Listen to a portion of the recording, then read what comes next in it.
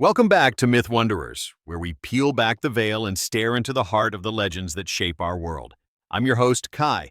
Tonight, we're delving into one of the most romanticized and perhaps misunderstood concepts in the supernatural sphere: fated mates. Is it a magical shortcut to happily ever after, a cosmic prison of zero choice? Or is it something far more complex? To help us untangle this, we have two very special guests. He is the alpha of the Crescent Ridge pack, known for his fierce protection of their traditions and privacy.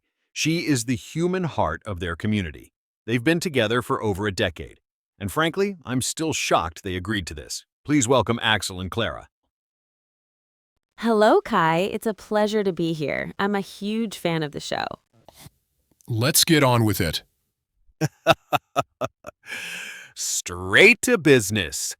I respect that. So, Clara, Axel, thank you both for joining us. Let's start at the beginning. The moment of recognition. The stories describe it as a lightning bolt, an undeniable pull. What was it really like? Clara? Oh, goodness. Lightning bolt makes it sound so simple.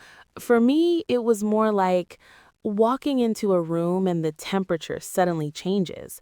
I was a visiting researcher studying local botany, and I was presenting some preliminary findings to the community council, mostly as a courtesy. Mm-hmm. And he walked in late. The whole room just tilted on its axis for a second. It wasn't loud. It was quiet. It was a feeling of, oh, there you are. Like I'd been waiting for someone without even knowing I was waiting. Oh, there you are. I like that. Axel, was it the same for you, or is the werewolf experience different? It's not quiet. For us, it's a roar. An instinct that screams mine. It's primal. Everything in you focuses on that one person. Protector, provider, partner. It all clicks into place. It's definite. He also nearly broke the door frame walking in because he wasn't looking where he was going. Definite is one word for it. Distracted is another. So it is a bit of a lightning strike after all. That brings up a critical question, one that skeptics always raise: choice. Axel, that instinct you described, that roar, does it erase free will? Were you compelled to be with Clara, or did you choose her? The instinct points the way. It doesn't walk the path for you. My wolf recognized her. My heart and my head had to agree. It's not a cage, it's a compass. It points north. You still have to make the journey. Exactly. And from the human side, it was terrifying. This incredibly intense, powerful man suddenly orbits your entire existence.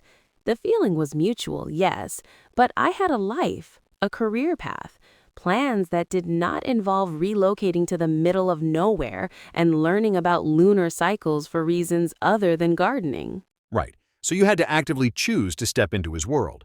We both did.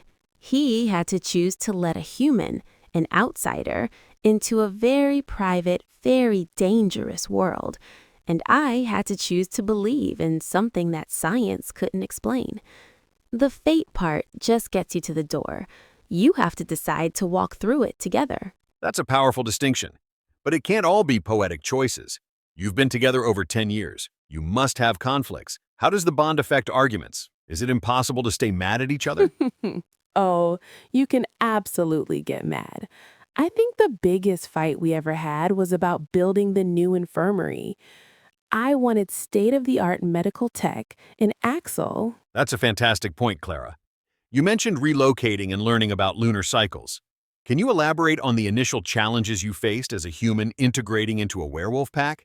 It can't have been a simple transition. Oh, it was an adjustment. The pack is a family, but it's a family with teeth, literally. There was suspicion, not malice, but a deep-seated caution. I was fragile in their eyes, a potential liability. They communicate non-verbally in ways I couldn't understand at first, a subtle shift in posture, a scent on the air. I felt like I was constantly missing the punchline to a joke everyone else understood. And their protectiveness, while well-intentioned, could feel suffocating. For the first few months, I wasn't allowed to walk in the woods alone. not because of any specific threat, but because it was just what they did. They protect their own. Learning to carve out my own space and earn their trust, not as Axel's mate, but as Clara, was the hardest thing I've ever done. That's a fascinating insight. It highlights how the bond isn't a magical fix for fundamental differences in perspective. Clara, you mentioned the infirmary conflict earlier. Could you walk us through that a bit more? It seems like a perfect example of your two worlds colliding. It was a security risk. Too many outsiders, too much exposure. Our ways have kept us safe for centuries. We don't need human complications. Well, the existing infirmary was traditional.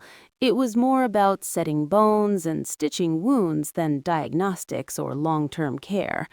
When one of our elders fell ill with a persistent cough, our pack healer, who is wonderful, was stumped. I knew a specialist in the city who could diagnose the issue with a simple x-ray and some blood work. But the idea of bringing him in or taking a pack member out, it was an adjustment. The pack is a family, but it's a closed one. They have their own laws, their own history, their own ways of communicating that are entirely nonverbal. There were whispers. I was seen as a fragility, a human element that could expose them. It took a long time to earn their trust, not just as Axel's mate, but as a member of the community in my own right. And I argued that their ways were getting people hurt when modern medicine could help. We didn't speak for 2 days. The house was very cold. That's a fascinating insight. It highlights that this bond operates on multiple levels, not just romantic, but social and even political. Let's explore that a bit. You exist in a unique space, bridging the human and supernatural worlds. Do you feel pressure from both sides? Are there expectations placed upon you as a mixed couple? Clara, do your human friends and family know? If so, how did they react? So how does the bond play into that? Does it force a resolution? There's a saying among our people, the pack is the strength of the wolf, and the wolf is the strength of the pack. For generations, that strength has come from our unity, our shared blood and instincts. Bringing in a human, even a mate, was seen by some elders as a dilution of that strength. They feared it would create a crack in the foundation of our society, a vulnerability that our enemies could exploit. They weren't being malicious. They were being cautious. It was my duty as alpha to either prove their fears unfounded or to sever the connection. For me, there was only one choice. It makes the silence unbearable. It's a physical ache. When she's unhappy, the world is wrong. The bond doesn't solve the problem, but it forces you to face it. You can't run. You can't hide from it. The disconnect is too painful. It acts like an anchor. We can drift apart in anger, but we can't drift away. It keeps us in the same harbor, so eventually we have to talk. He conceded on a secure, isolated wing for the new tech, and I conceded on much stricter vetting for any outside personnel. So it's not a conflict resolver, but a conflict container. It ensures you stay at the table. A good way to put it. Let's talk about the long term. A decade is a long time for any relationship. Does the intensity of the bond fade? Does fate ever get, well, boring? The initial fireworks calm down, certainly. It becomes less of a roaring fire and more like the sun. It's just always there, a constant source of warmth and light. But it's not boring because we're not the same people we were 10 years ago. I've become stronger, more assertive. She has. And he's learned to compromise a little. The bond doesn't mean you stop growing. It means you have a guaranteed partner to grow with. The fate part is static, but the relationship is a living, breathing thing you have to nurture every single day. That's a beautiful way to see it. It's not the end of the story, it's the beginning of the real work. Axel, what's the biggest misconception you think people, or other supernaturals, have about fated mates? That it makes you weak, that it's a vulnerability. They see my devotion to her and think she's a weakness to be exploited. A chink in the alpha's armor. They're wrong. She is not my weakness. She is the reason for my strength. Protecting her, our family, our pack, that gives my life a purpose beyond just instinct. She makes my world bigger, not smaller. Anyone who mistakes that for weakness will only make that mistake once. For me, I think the biggest myth is that it's easy, that you find your fated mate and everything is perfect forever. It's not. It's a promise of a deep, unshakable foundation, but you still have to build the house. You have to paint the walls and fix the leaks and decide on the furniture together. The bond doesn't do the work for you. It just makes the work worth it. A compass, not a cage. An aim anchor, not a solution. A foundation, not the finished house. I think you've given us a much richer, more realistic picture than any legend ever could. This has been incredibly insightful. Axel, Clara, I can't thank you enough for your courage and honesty in sharing this with us.